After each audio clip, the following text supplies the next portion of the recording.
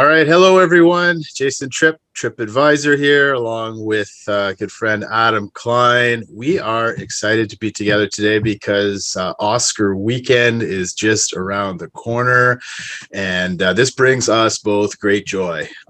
You've often said, Adam, this is your Super Bowl, right? So what's Yes, Oscar? sir. What's this event mean to you and your family? Yeah, it's Super Bowl. I mean, for all the sports that we enjoy and love, this is the thing that every year that we gather around to watch and share in it together.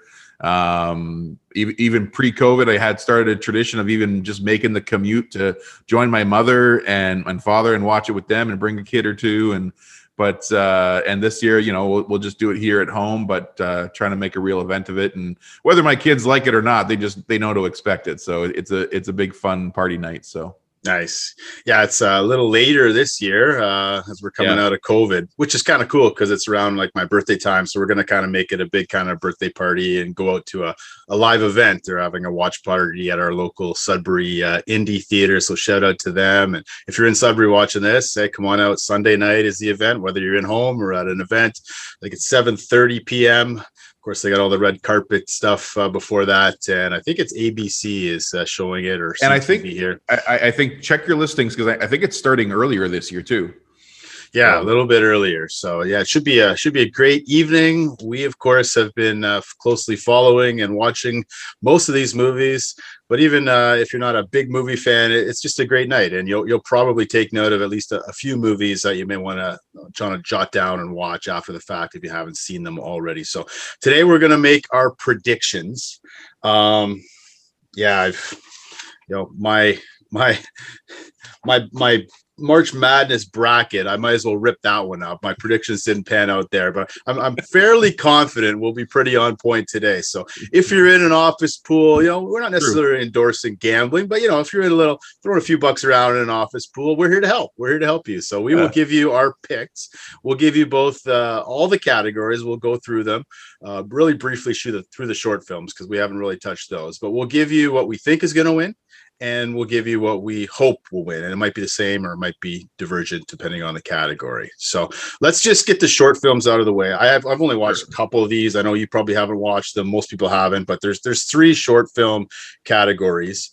And I'm just going to throw out a website too. If you're interested in tracking or preparing for this, if you're doing an Oscar pool, a Gold Derby, all one word, goldderby.com. You go there, you can see the odds, the experts' predictions, and so we'll stick with that as we give you the odds and the favorites, but we'll probably have a few underdogs as well. So there's three short film categories. There's best live action short, best documentary short, and best animated short. I'm just going to give you the favorite.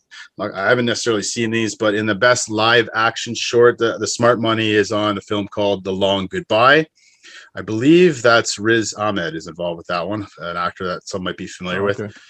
Best documentary short, one that I'm looking forward to watching this weekend with my kids, actually, called The Queen of Basketball. Nice. And then the best animated short, the one that currently has the top odds to win, is Robin. So take that for what it's worth. Those are the three front runners. But let's get into the major categories now, and we'll talk about our predictions there. Let's start with best international film. It was a good year. It was a great year for best international films. And I'll just go through the nominees, and then Kleiner, maybe you can give us the one you think and the one you want to win. So from Japan, we've got Drive My Car. We'll hear that one in a couple more categories. Also from Norway, The Worst Person in the World, a double nominee as well. A triple nominee, I know one that's really close to your heart, Kleiner, Flea. We'll hear that mentioned two more times. Then that's from Denmark. And then an Italian film, a former winner, Paolo Sorrentino, his film, The Hand of God. Have you seen that one yet, Adam? No, I have. I know it's on Netflix, but I haven't. It's on Netflix. Yeah, it's worth watching. And then sort of a surprise nominee, and we both thought, and in my head, we think that Oscar Farhadi's A Hero is the fifth nominee, but it's not. It was a film from Lunana, A Yak in the Classroom. I think it's from Bhutan, I believe. Correct me if I'm wrong. But that was sort of a surprise. I haven't seen that one yet, but I'm looking forward to. So those are the five nominees. Adam, what's your heart? What's your head telling you? And we should say that looking at these, I believe Drive My Car is available, on video on demand to rent. Flea, or most of them are available to rent, but some of them are streaming, like Flea's streaming on Amazon Prime in Canada, Hand of God streaming on Netflix. Worst Person in the World, I think, is just video on demand for rental. Right. Lunana, I don't know where that's available. Do you know where that's available? I think it just came out video on demand as well. Okay. So they're all easy to find, or relatively easy to find. You can find those, and maybe in your local theater. Like I know here in our local indie theater, Drive My Car, Worst Person in the World, and Flea are all showing right now. So you might have same in Kingston at the indie theater in Kingston. Most of those are showing too. Yeah. Cool. So I mean, my as you know, my favorite film of 2021 is Flea, which made history by not being nominated in 3 categories: Best International Feature, Best Documentary, Best Animated. But sadly, in terms of picking with my head, I don't think it might miss in all 3 categories, sadly. And in this one, I think the hard lock is Drive My Car, from Hamaguchi and from Japan, and brilliant 3-hour drama that just takes you on a whirlwind, but it takes you in ways you don't expect the story to move, and is well worth people's time. I think actually my head and my heart in this category, I think when I fill out my form on Sunday to guess, I'll probably also pick Drive My Car. So my head and heart, I'm happy with this category for it to win in both. And I concur. I mean, the other one we both adore too is The Worst Person in the World. That's a great film as well. See that in another category. Seems like a really solid list of international films. There are plenty other good international films, but Drive My Car, that was like one of 2 or 3 films I gave 5-star ratings to this year personally. Don't let the 3-hour running time turn you off, or the subtitles. It is worth the time and the investment. So Drive My Car as well. I hope it wins. I think it will win. Should be a lock to win, but you never know. There have been surprises in the past. So that's Best International Film. Let's move on to Best Documentary Feature. So I'll just read out all 5 again in the order of their odds. So the front runner right now is Summer of Soul, which you talk a little more about that one, Kleiner, because I know you adored that one as well. Flea, once again, is nominated as Best Documentary Feature. Then we've got Attica, Ascension, and Writing with Fire. I must confess, I've only seen 2 of the 5 of these. I haven't yet got to Attica, Ascension, and Writing with Fire. Have you seen any of those ones? Or? Yeah, so seen Flea, seen Summer of Soul. No, and then I don't know. I know Attica is available. HBO Crave in Canada is available to watch, but I haven't gotten to it. And I don't know if the other 2, Writing with Fire, Ascension, if they're streaming anywhere. I mean, I'm sure they are, but I haven't come across them. Yeah. So who do you like in this category? So who I like is Flea. I mean, I love both films, and both Flea and Summer of Soul made my best of list for the year. Both important films, both powerful films. So yeah, I mean, sure. My heart, I would love to see Flea win in documentary. Summer of Soul, which is easily available to watch through Disney Plus or Hulu. It seems to be when we make our predictions, it's based on who's been winning at the Screen Actors Guild and Directors Guild and Producers Guild and Writers Guild. And in the last several weeks, those awards have come out, and it seems like Summer of Soul has been kind of cleaning up. And so odds are favorite, I think, that Summer of Soul will win. And I'll be very happy. I'll just be sad if Flea doesn't actually walk away with anything. So sure. I think if Flea's going to win one, it would probably be this one, I think.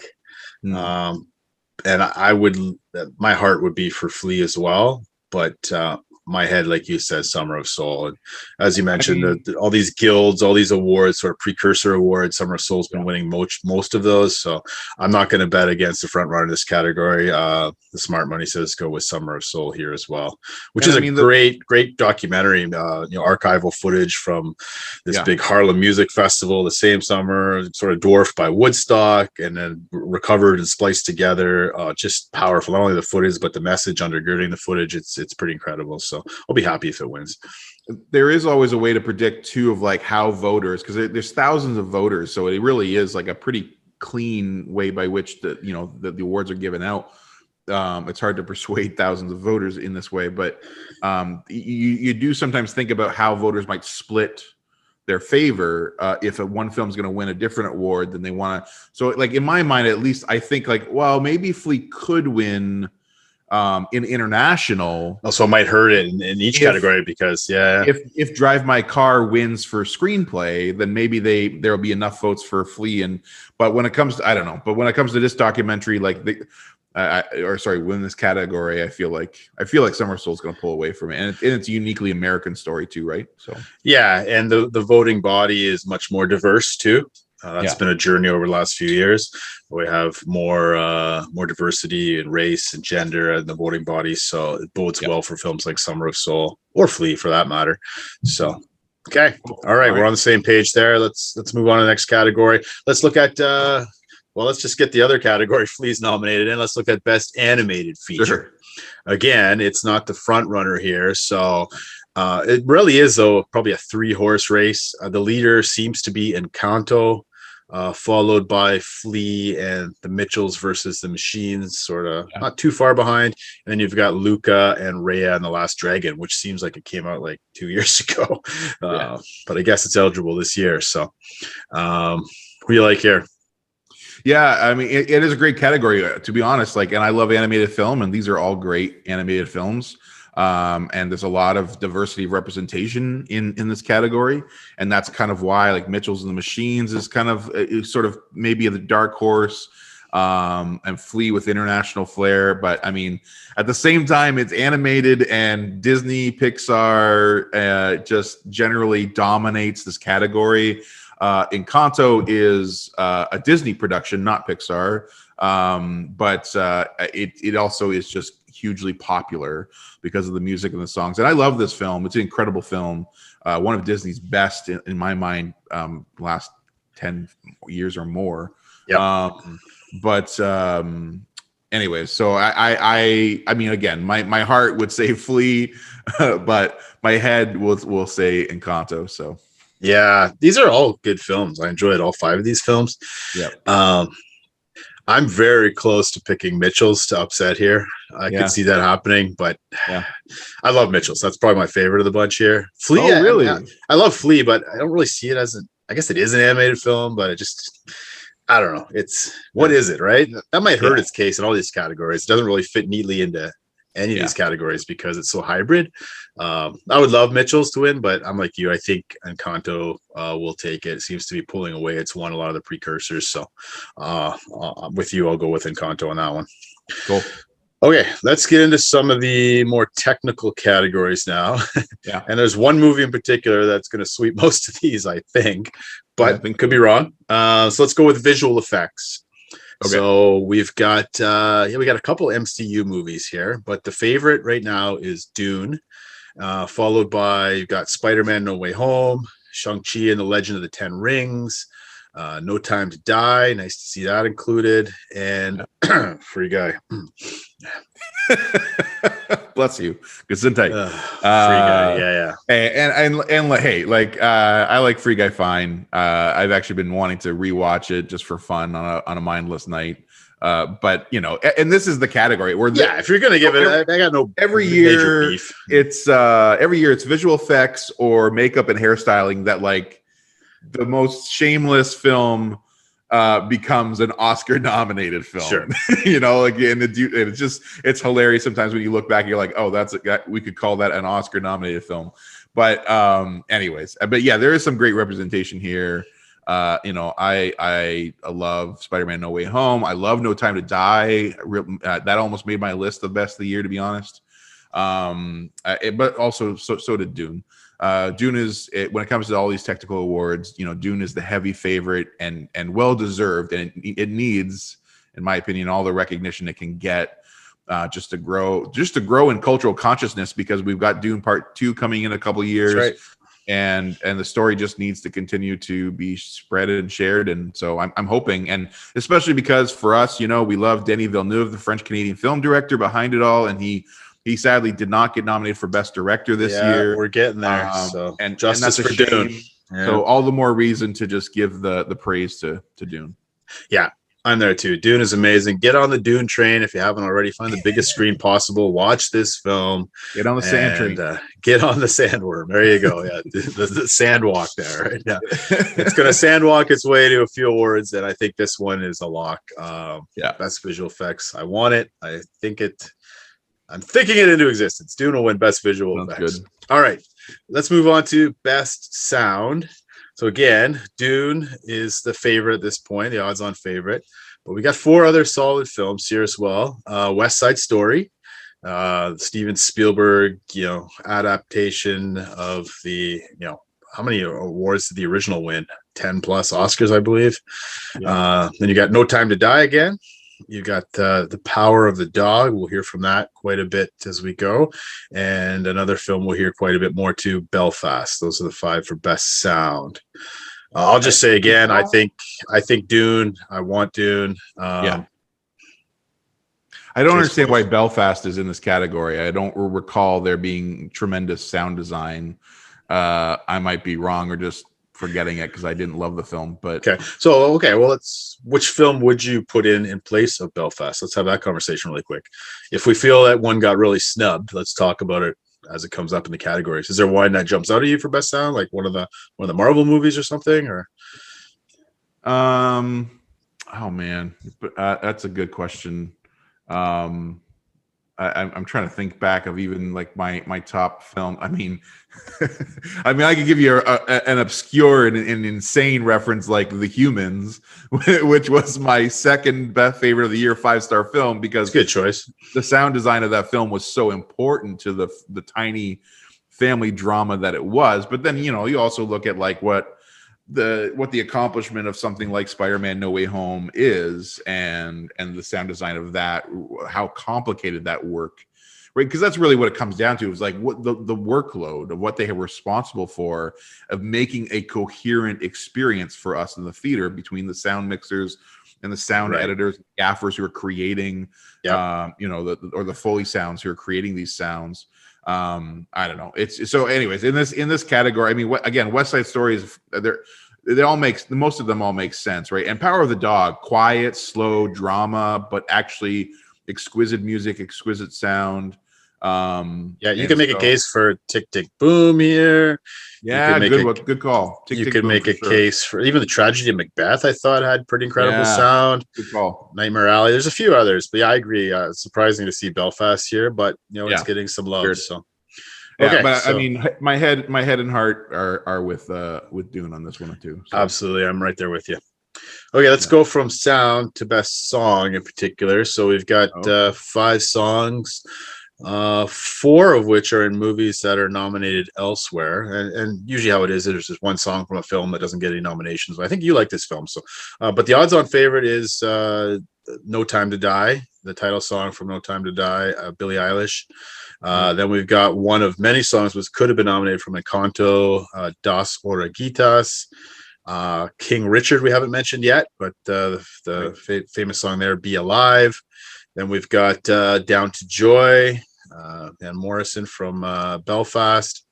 And then the film, I haven't seen this movie yet. I think you have, called 4 Good Days. Somehow You Do is the name of the song there. So what are your thoughts on this category? I mean, and it's this category is always kind of fun because people make fun of it because it has nothing really to do with the film productions themselves. Right. And so it's like an obscure pop culture category, which is fine.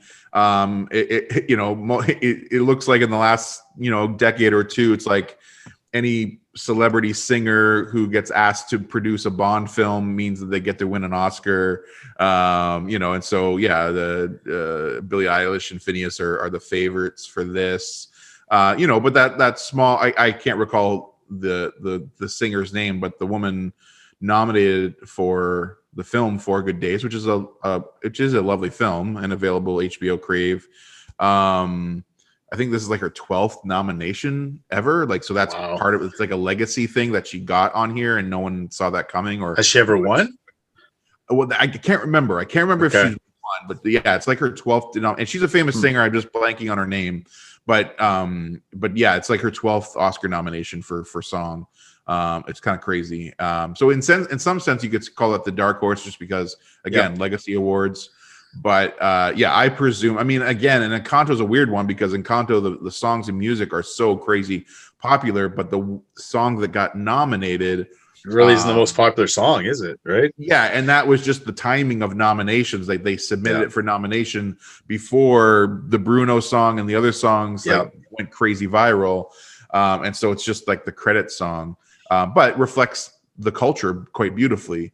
Anyways, so all that said, I guess I need to put my money on Billie Eilish, because that's part of the pop culture pull when it comes to this. So right. I got no time to die as well. I'm not going to bet against okay. Billie Eilish, and especially this Bond film, right? The end of a legacy. Speaking of legacy, I got a few upsets later on, but I'm not going to go against the trend in this one. So, and I'll be happy with that. I thought it was great. Okay, let's go on. Let's expand from song now. Let's go into best score. So, score for the entire films. 5 solid films here, 5 very solid scores. So we got Dune. Dune is the favorite. Hans Zimmer, of course, very famous. He's been nominated, multiple times. Power of the Dog, Johnny Greenwood. We've got Encanto again. We've got Don't Look Up. Haven't mentioned that film yet today. And another international film, Pedro Almodovar, Parallel Mothers. We'll see that film pop up again as well. That one's a bit of a surprise. The score, I don't know if you've seen that one yet, but no, I haven't seen it, so I have no idea how important that is to the film. But it was decent. But again, it's like Belfast. I probably would have picked a couple other films instead of that one. So I don't remember the score from Don't Look Up. I don't quite understand how it slipped in this category. Maybe it was a great score, but like that film was fine. Like I don't think it deserves to show up in all these categories. But so I don't understand that score. I mean, but Dune makes sense, Encanto makes sense, Power of the Dog makes sense. Those are 3 beautiful, powerful film scores that are, in my mind, the way I think about it is like they are tremendous pieces of music that I could listen to anytime. But then at the same time, they do their work of elevating the experience of the film in powerful ways. And because I love the Power of the Dog score, and I actually do listen to that from time to time. Yeah, as do I. Have been. But again, Hans Zimmer, I think he's been nominated 12 times. Also, he won 1 time all those years back with Lion King. That's right. So he's won 1 Oscar. It was a long time ago. And again, this is a guy who is top tier when it comes to Hollywood. So it's really down to those 2 and whether or not Johnny Greenwood wins now or wins in the future, because he's created a whole career now as a film composer. For those who don't know, Johnny Greenwood from Radiohead. Has made a lot of great scores in recent years, made 3 this year. That's just insane.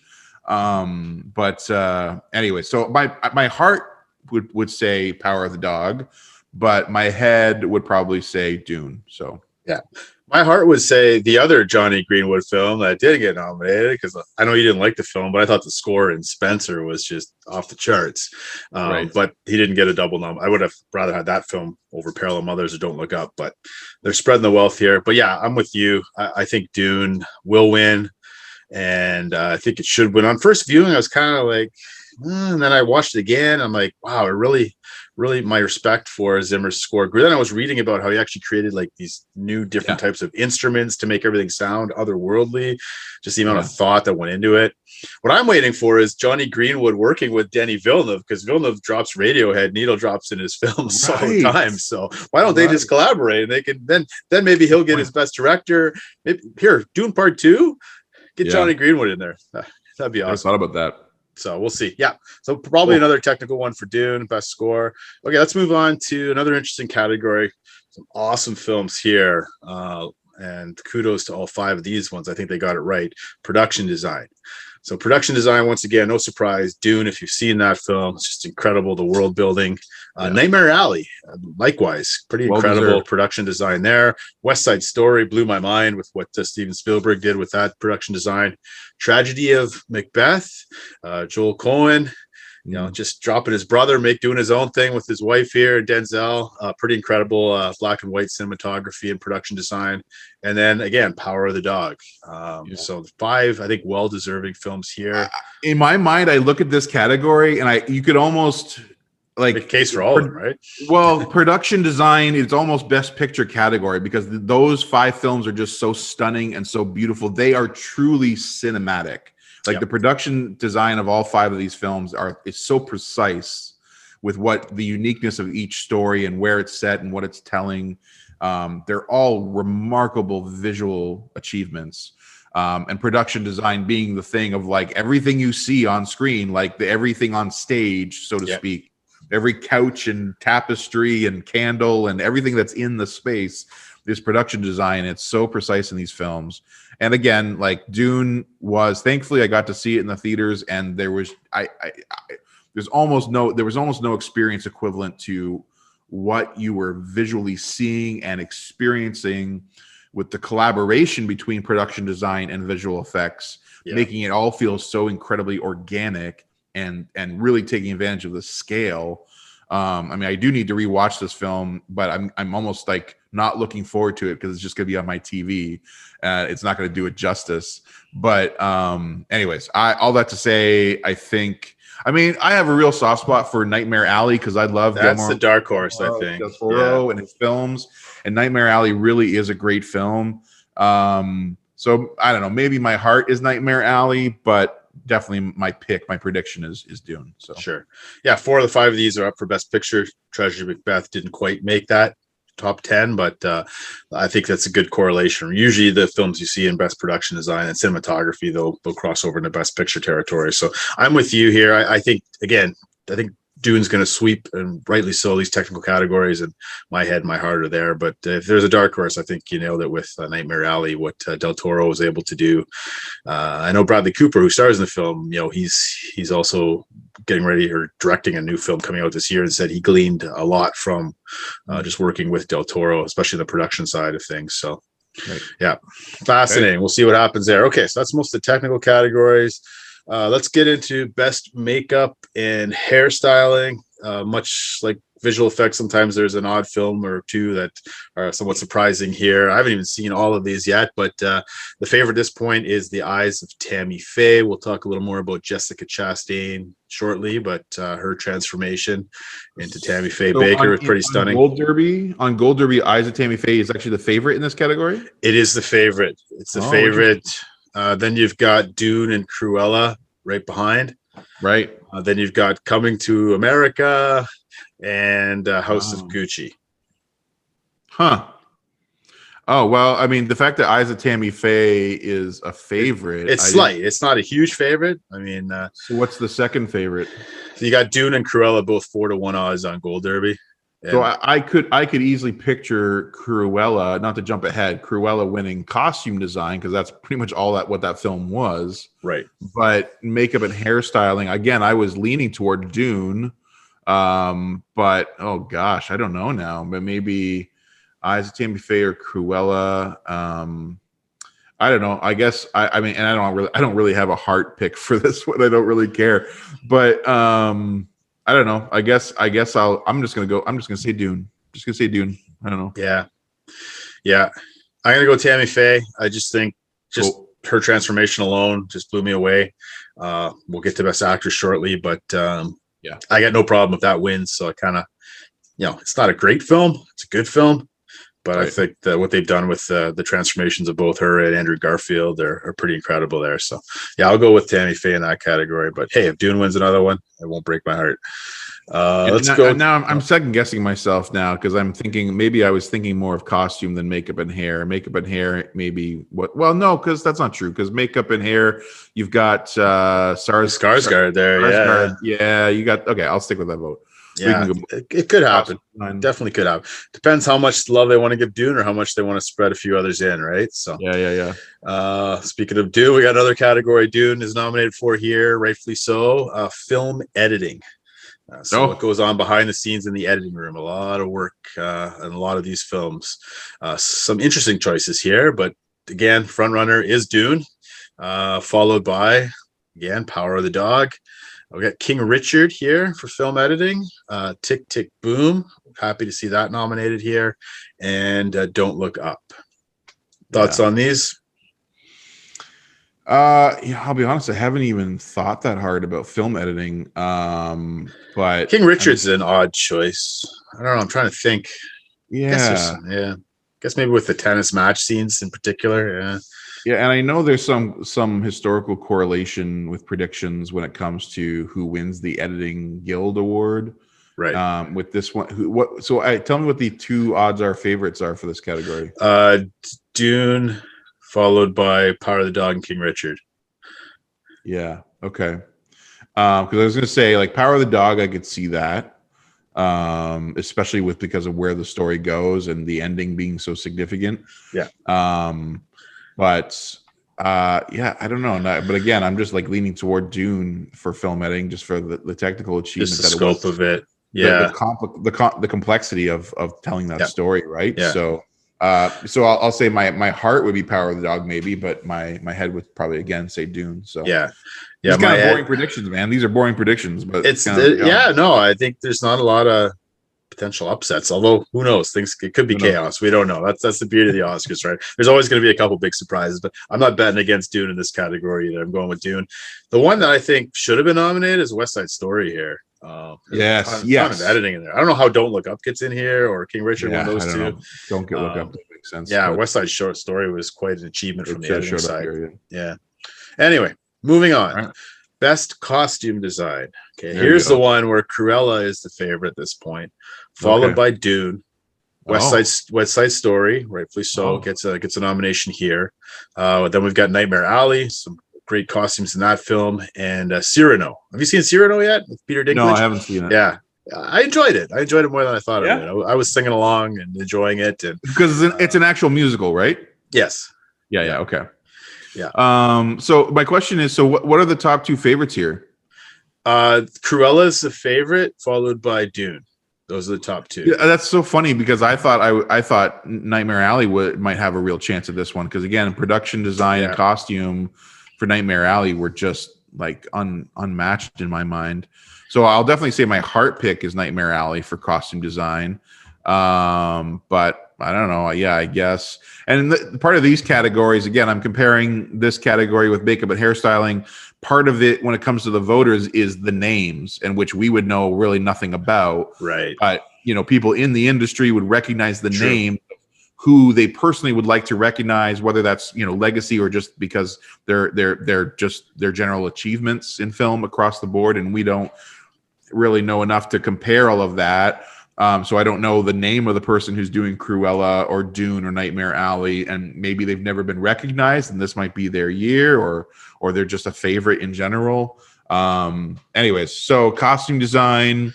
I guess I'll go with Cruella, but yeah, my heart would say Nightmare Alley. So yeah, I'm gonna go with Cruella as well. I mean, it's a movie of not only with great costumes, but that's kind of the theme of the movie, right? Making costumes. So and I think this is a place where they'll spread it out. It'll be a one-off for a film that's not really nominated anywhere else other than makeup.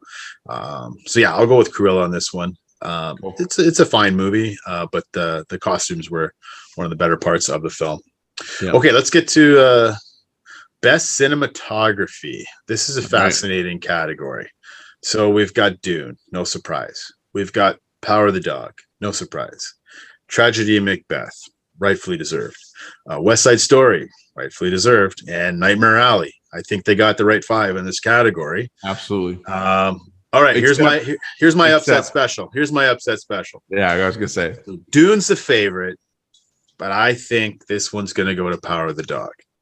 Yeah, and rightfully so. I mean, I'm not gonna be heartbroken if Dune wins, but I think you're gonna hear Dune's name called 6, 7, 8 other times. I think this is a place where Power of the Dog will nab it. Ari Wenger. This will be the first female win for a cinematographer ever if she wins. That's pretty significant, and I think it's well deserved. The cinematography is stunning in Power of the Dog, just stunning. So that's my upset special there. I'll take Power of the Dog overtaking Dune. I'm curious who the cinematographers are for Dune and Nightmare Alley then. And I thought when you were talking about upside, I thought you were going to talk about the one film that we agree about cinematography that was missed in multiple categories, but because we both would say that The Green Knight had the best or some of the best cinematography of the year, but at the same time, it's hard to argue with this category. Yeah, it's Greg Fraser, Australian cinematographer for Dune. Okay. Yeah. So, no, I'll side with you, especially if it is making history as the first female cinematographer, which is, insane that that's the case. But at the same time, well deserved, because Power of the Dog is a stunning visual achievement. So, yeah. Cool. All right, you're with me there. Yep. I thought that would be my hot take, but we got hot takes in tandem here. Okay. Again, I love Nightmare Alley. I love the way it's visually told, but. Yeah, no, it makes sense. And Power of the Dog, in my opinion, was the best cinematography of the year. So yeah. Okay, let's get into the two writing categories. So we've got original screenplay and adapted screenplay. Let's start with original screenplay. These ones are tight. These could go either way. These are interesting categories this year. So you've got Licorice Pizza and Belfast. They're kind of neck and neck in the original category. Closely followed by Don't Look Up, The Worst Person in the World, and King Richard. So let me just tell you the odds of all five of these. Like the top one is like 7-2. That's like Licorice Pizza and Belfast. And the bottom ones are 9-2. That's how close it is. Like it's really tight. You can make a case for any of these. What do you like? In all honesty, like I loved. There's three of these films I'm not even looking at, and one of those three is a good film. But to me, all I care about in this category of original screenplay is Licorice Pizza and The Worst Person in the World, and because they are both two of my favorite films of the year, and they're both incredible screenplays. And even Paul Thomas Anderson himself, who wrote Licorice Pizza, called The Worst Person in the World the best film of the decade, or maybe it was the year, but he loves that film. So, and in all honesty, like the international element that really mixes up this category, because the international nominees couldn't win the guilds. My heart and my head are just too tied close together in these two categories. So, I want and I'm going to predict that The Worst Person in the World from Norway wins for best original screenplay. I hope you are right. That's my favorite film of these five as well. It's in my top 10 of the year as well. So my heart is with you, dude. I think this is where Belfast is going to nab something, though. I really hope not. I hope not, but I have a feeling. Thomas Anderson, Paul Thomas, PTA always gets snubbed. Yeah, he's never won, eh? No. Yeah, I don't know if this is the one where he gets it, to be honest, given the competition. Yeah. So my heart is with either of those two films, but my head's telling me, and my official prediction is going to be Belfast. No way, dude! I can't believe that. I can't. I can't accept that into my reality. So. Yeah, it's my head, not my heart. So it's, I hope I'm wrong. But we'll see. All right, let's go to best adapted screenplays. So we've got a movie that's been coming on strong. We haven't mentioned yet, Coda. That's now available for watching on Apple Plus. We've got Power of the Dog again. We've got another film I liked a lot more than you, Maggie Gyllenhaal's directorial debut called The Lost Daughter. We've got the Japanese film we think will win in Best International Film, Drive My Car, up for adapted screenplay. Great to see that nominated outside of international film. And last but not least, we're mentioning it again, Dune. Again, 5 solid films. I know we like them to varying degrees. Yeah, but, they're all interesting adaptations. Yeah. Right. Mm-hmm. They're all good or great films. And from a writing perspective, they're all 5 are actually quite incredible achievements. Sure. Because all 5 of these films do something kind of distinct. And Coda, for what it's worth, because we've only just now mentioned Coda, it is becoming more and more favorite to win some big awards on Sunday. And it's easily available for people to try a free trial of Apple TV or pay the $8 for the month. It's just a lovely family film that everyone really should watch. It's not a great film, but it is a lovely film that I think everyone can enjoy. And for that reason, I loved seeing it here. But That said, again, international feature, Drive My Car. That's just again, it's our odds-on favorite to win international feature. But I'm also pressed to think that it might actually also win screenplay, because the fact that it was nominated in major categories was itself such a shock and surprise. So I mean, but I believe Coda won at the Writers Guild, which gives it a real advantage. Is that number? What's the favorite? What's the ranking there? The top two are tight. It's Coda and Power of the Dog, 1 and 2 right now on Gold. Oh, really? Okay, Coda and Power of the Dog. Oh, okay. But again, it's close, just like the other category, right? Like there's not number 4 and 5 are right there. So Dune's actually number 5 in this category, which makes sense. I think this is a weak shot for Dune to win here. That makes it really hard, actually. This is actually a really hard category, because I think, well, if Drive My Car wins the international, maybe they don't give it in this one. If Coda wins here, does that mean it doesn't win Best Picture? Or if it that's what I'm thinking. I think Coda's going to win here. There have been cases like, I think it was a 1917 one here, but then Parasite won Best Picture, I think, a couple years ago. Right. That could happen again. My heart is with Drive My Car. I adore that film. But I don't know how voters are going to react to that film in this category. Coda is like the easier to watch, the crowd pleaser. I think they want to give it something, and if it's not Best Picture, it might win here. That's my logic. So my head is with Coda, but my heart is in that little red Saab. And so I'm torn. Then this is all very good reasoning. I'm very torn between Drive My Car and Power of the Dog, again, because Coda and Power of the Dog competed against each other in the Writers Guild, but Drive My Car wasn't there to compete. But anyways, I'm starting to think that Coda might pull out the surprise Best Picture thing. I don't know. It's crazy. Dear God, no. It's craziness. But again, this one, I don't know. You've stumped me now, man. All right, Lost Daughter. Good. Moving on. Gosh, I don't know. So I don't know. Okay, so let's just say my heart would be Drive My Car, but my head is Power of the Dog. And is that what you just said? I said Coda, but right. My head, but it could so go. We'll flip on that. Yeah, I'll pick Power of the Dog in this category, and you'll pick Coda. And we might flip in Best Picture too. But let's get through the acting category. So we got the lead and supporting actor and actress. Let's start with Best Supporting Actor. Again, speaking of Coda and Power of the Dog. Troy Kotzer has been coming on strong. I remember this fall, it was Cody Smith-McPhee, Power of the Dog. He's going to steamroll. And all of a sudden, Troy Kotzer starts picking up Guild Awards. And so now he's the favorite for his performance. I think he's the best of the bunch in Coda, personally. Cody Smith-McPhee, really solid performance, great ensemble performance in Power of the Dog. Ciarán Hinds in Belfast. Again, he was my favorite performance of the bunch in that film. Jesse Plemons, a bit of a surprise. I know we both like him as an actor, but to see both supporting actors nominated here was a bit of a surprise.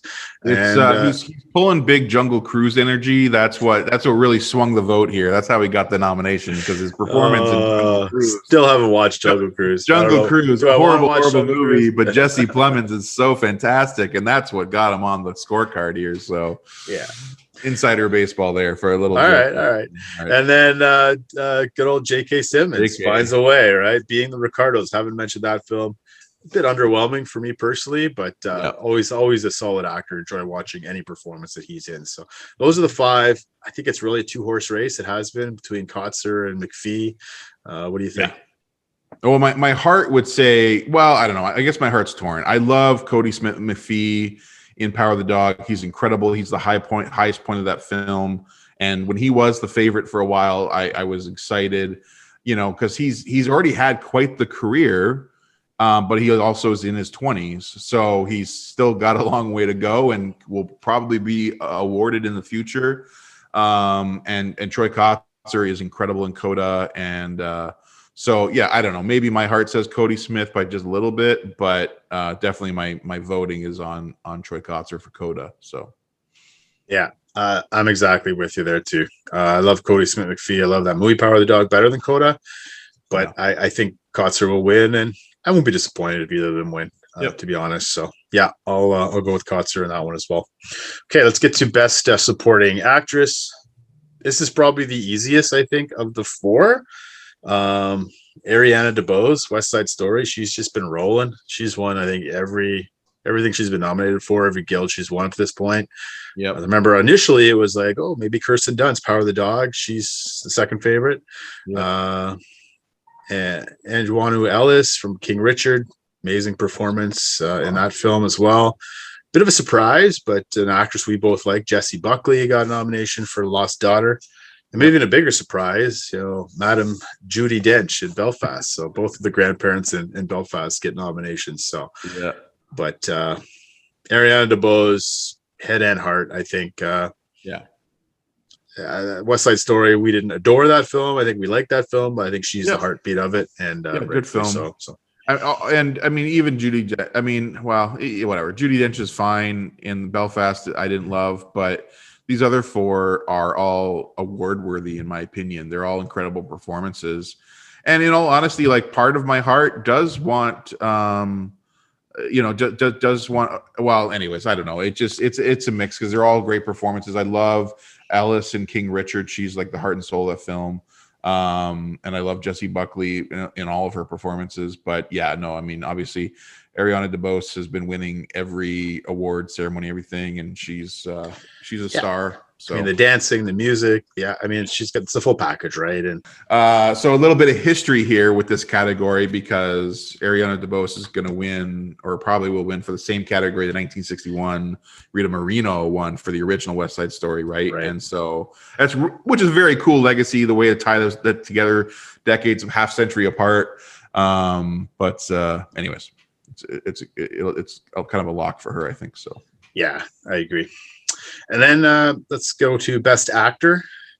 So we got Will Smith playing Richard Williams, Venus and Serena Williams, tennis prodigy's father. Solid biopic. He's the front runner, has been throughout award season.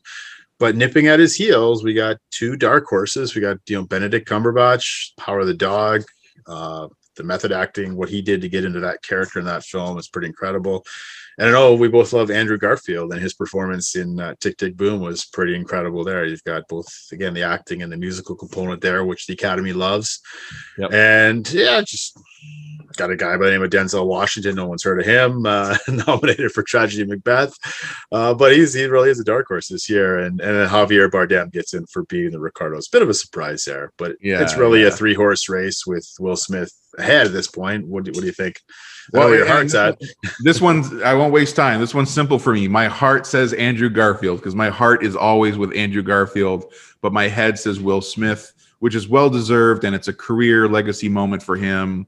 And in that sense, I hope he wins, but I also adore Andrew Garfield and the year that he had for 3 great films and 3 great performances. I wish he could take it away, but yeah, probably Will Smith. Is there a world in which Benedict Cumberbatch pulls an Anthony Hopkins like last year? Oh, remember they were all saying Chadwick Boseman, all of a sudden, boom! Like, could it be? Like, yeah, split the vote, right? I don't know. Could be. I'm not gonna vote against Will Smith. I'll pick him officially, but my heart is actually with Benedict Cumberbatch. There's nothing wrong with Benedict winning. Benedict Cumberbatch, any of those 3, incredible actor, right? So yeah, any of those 3, well deserved. Cool. But yeah. My head is with Will Smith. My heart is with Benedict. Maybe that's my wife's influence. That's, I think, one of her favorite actors. So, okay. Speaking of best favorite actresses, best actress. This one has been interesting throughout the awards season. For those of you who haven't been tracking along, right out of the gate, I know you didn't like the movie Spencer, but that came out and everybody's like, "Oh, Kristen Stewart, she's a lock. She's going to win." And then she gets snubbed from a few of the guilds, and all of a sudden it's Nicole Kidman or Lady Gaga that are in the lead, and then Olivia Colman's coming on strong, and Jessica Chastain. So it's wild. But here are the 5 that made it. We weren't even sure which 5 were going to make it, and one of them did get snubbed. But Jessica Chastain has been making the late charge. She recently won the SAG award, I believe. So she's a front runner, slight front runner, and then it's kind of like a tie between Olivia Colman and Kristen Stewart. And then you've got Nicole Kidman and Penelope Cruz, a bit of a surprise getting in for Parallel Mothers. And so Lady Gaga was the big snub here. I think they got it right, though. I think these 5 are solid. Kidman's probably my least favorite of the five, but nothing against her. Where are you going here? This is a tough one. It's actually, you know what? This is kind of simple for me. I mean, I love Jessica Chastain and her performance. I actually really enjoyed that film a lot. Eyes of Tammy Faye, and I just in general, Jessica Chastain's incredible. But I also have a real heart for Kristen Stewart. The film Spencer was a massive disappointment for me, right. And probably my own fault in part because I had set the bar high. Like I had really high expectations for Spencer, sure. And so it really let me down. But I can't deny her performance in it, and again, a recognition of her career arc and where she is. So my heart is very much with Kristen Stewart here. But yeah, the smart money's on Jessica Chastain. So that's how Jessica Chastain all the way. I've been touting that performance. I've been head and heart right there since the first time I watched that film, which has its issues, but again, her performance, the makeup, the singing, the everything there, the voice. I mean, she just nails it. I mean, for someone like us, I remember my young childhood growing up, seeing the scandal of the Bakers, some of my early childhood memories in my household, and then seeing her personify this character, pretty incredible. Yeah. So I think she's going to take it, but if Stewart or one of the others does, it won't be a big heartbreaker for me. Okay, we're down to the final two categories, two big ones here. Let's do Best Director, and then we'll wait to the end for the big one. So Best Director. I mean, we've mentioned obviously all of these films multiple times already. The favorite is Jane Campion from New Zealand for her film The Power of the Dog. Then we've also got Kenneth Branagh for Belfast. Steven Spielberg, anybody hear of him? For West Side Story. I think this is the 6th consecutive decade Spielberg has been nominated for Best Director. That is incredible. That's incredible. Your guy, Paul Thomas Anderson, nice to see him nominated, and really, really happy. When we were watching live the announcements, this was my high moment. Ryosuke Hamaguchi getting that Best Director nomination. Problem is, Denis Villeneuve's not here.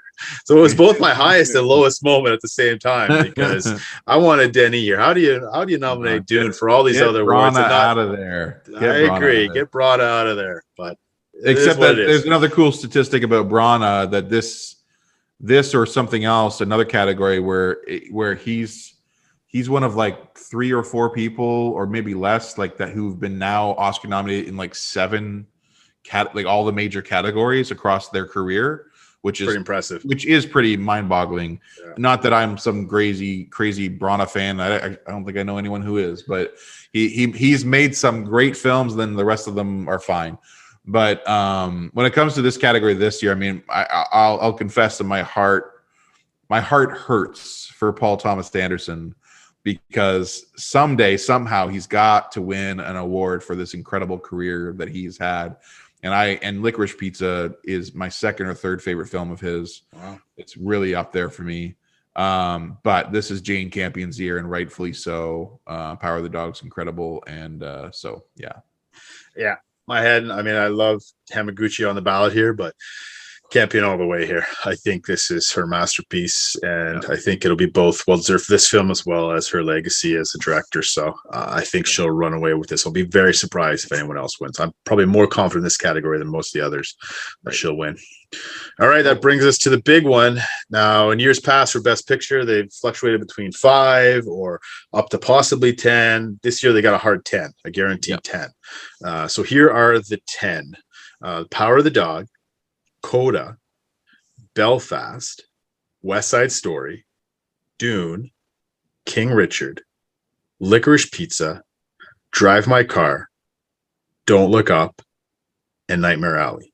And I'm reading those in order of the current odds on Gold Derby. All right, so 10 films. We can argue which one should have been in there or aren't, but these are the 10 the Academy picked. Yeah, this is the big one. And at the start of the year, the season, it was Power of the Dog versus Belfast. Those were the 2. West Side Story, Dark Horse. Coda has emerged as crazy. It's right up there. So it seems like it's now a 2-horse race. Power of the Dog and Coda. Is that fair to say? Yep. What do you think? I mean, it's crazy. And for me, the narrative too is like, well, there's multiple narratives here. Like, is the Academy awarding the greatest work of cinema and art, and or are they awarding a crowd pleaser, like maybe a film that not everyone has seen yet, but a film that everyone can enjoy?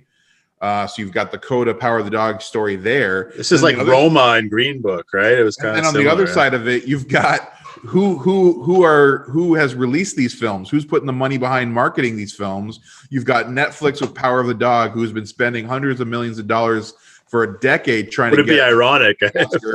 And here's Apple TV coming along with this one little family film, and all of a sudden, like, they might win before Netflix, which is crazy. But the thing is, I'm going upset. I'm just gonna say they're gonna go for the crowd pleaser, and somehow the votes will fall in favor of Coda.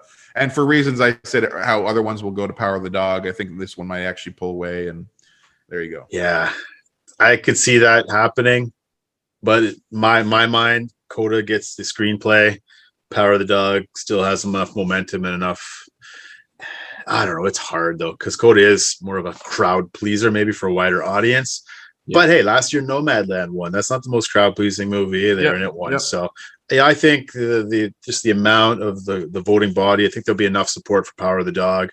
But I wouldn't be surprised if Coda wins. Because, you know, you look back, I mean, our memory only goes back so far, right? But it would show you a direction where the Academy is headed, where if Power of the Dog wins this year, last year it was Nomadland, the year before it was Parasite. Like, that's a very, very particular niche of art and cinema they're looking to award. Right. And that might, where we can open up the categories for nominations and have a broader representation of pop culture in nominees. Yeah. So you got Drive My Car, international film here, at least in the 10. Still be true to the Academy and what it stands for in awarding the greatest works of art, right? So yeah, we'll see. All right, man. Cool. Well, Sunday night we'll find out. We'll see how we did.